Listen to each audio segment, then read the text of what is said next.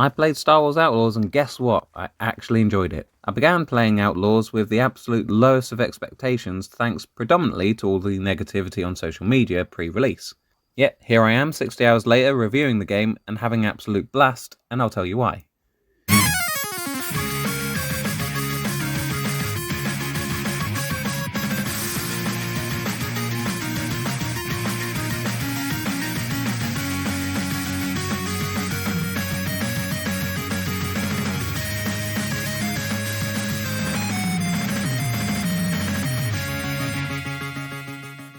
It's fair to say Star Wars Outlaws did not receive the reception that Ubisoft intended. The developers hyped it up as being the first open-world Star Wars game, although I'm not quite sure on that claim. The weight of expectation on this game must have been immense. In reality, it was completely review-bombed by a bunch of people intent on discouraging you from buying the game. I've never been one to jump on a bandwagon, so I'll form my own opinion, thanks. And to that end, I did buy it.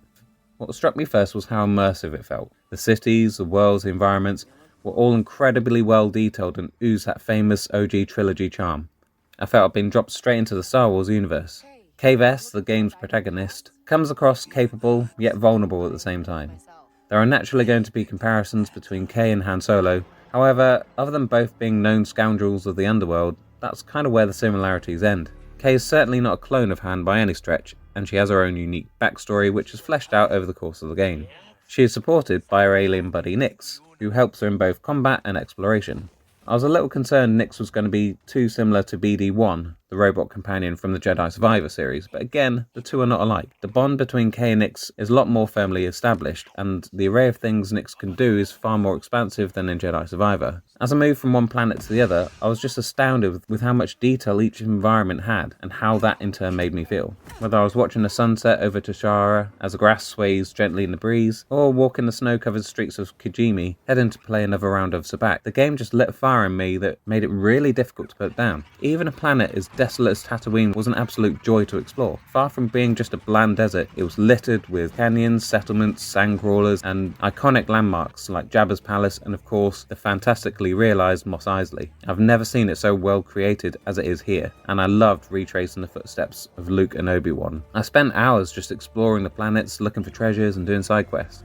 Side quests in this game never really felt repetitive or even a chore. They felt a lot more organic. Quite often in games you'll just walk past an NPC and just pick up a quest without even engaging with them. At least in Outlaws, you'll come across them by actively eavesdropping on their conversations. It could be two Imperial officers talking about a lost weapons cache, or a group of smugglers describing where they left their stash. It's this approach which gives each side quest more personality and context. It intrigues you and makes you want to go and find what they're talking about. The environments and maps are designed really well, and it's quite challenging and pretty fun to find some of these treasures. There's a particular side quest where you're given a fraction of a holomap and you need to piece together clues in order to find out where that section of map relates in the world. When it comes to the main story arc, I was as equally invested. Kay's merry band of misfits are all distinct in their own right. Each one has their own backstory and side quest to obtain them. I really enjoyed the Clone Wars droid ND5. He's a character I hope isn't just fixed to this series and explored further in other media. I won't spoil the story here, but there were plenty of twists and turns, which was not what I was expecting from this game.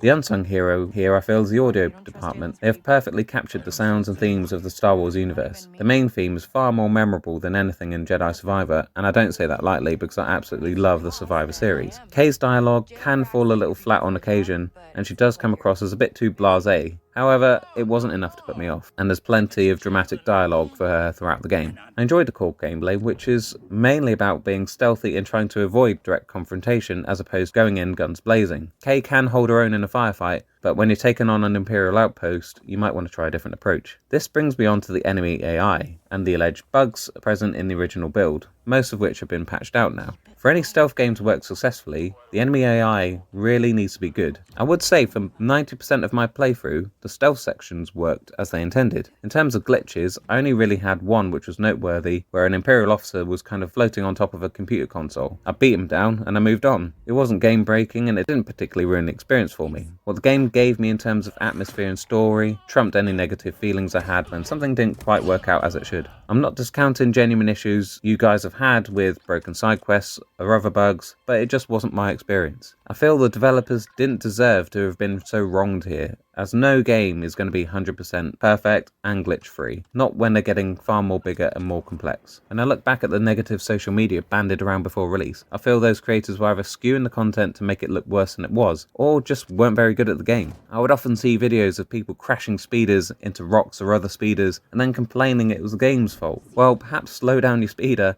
and move around it then, or be more aware of your surroundings. I can't say I ever crashed my speeder and it was the game's fault. Every time it was human error because I hadn't looked or hadn't slowed down. Regards to speeder itself, it's incredibly fun to just tool around on, and it's relatively seamless. The only planet where it was a little less enjoyable was Akiva, due to the vast majority of the world being a dense forest, so you're restricted to the highway network, which in itself is quite a maze, and I'd constantly be loading up the map to see where the next fork in the road would take me. Back again to the enemy AI, there was really only one time I recall where I walked up to an enemy and they really should have spotted me, but they didn't. Most of the time I honestly felt when I was spotted I could understand why, given where I was at the time. Having said that, I was playing it on hard, so whether on easy the AI is a bit more lax, I'm not sure. I can only speak from my own experiences, however I really enjoyed Star Wars Outlaws, probably more so than Jedi Survivor for all of the reasons I've outlined. Before you jump to conclusions thinking I'm a die-hard Ubisoft fan or being paid off, I'm neither.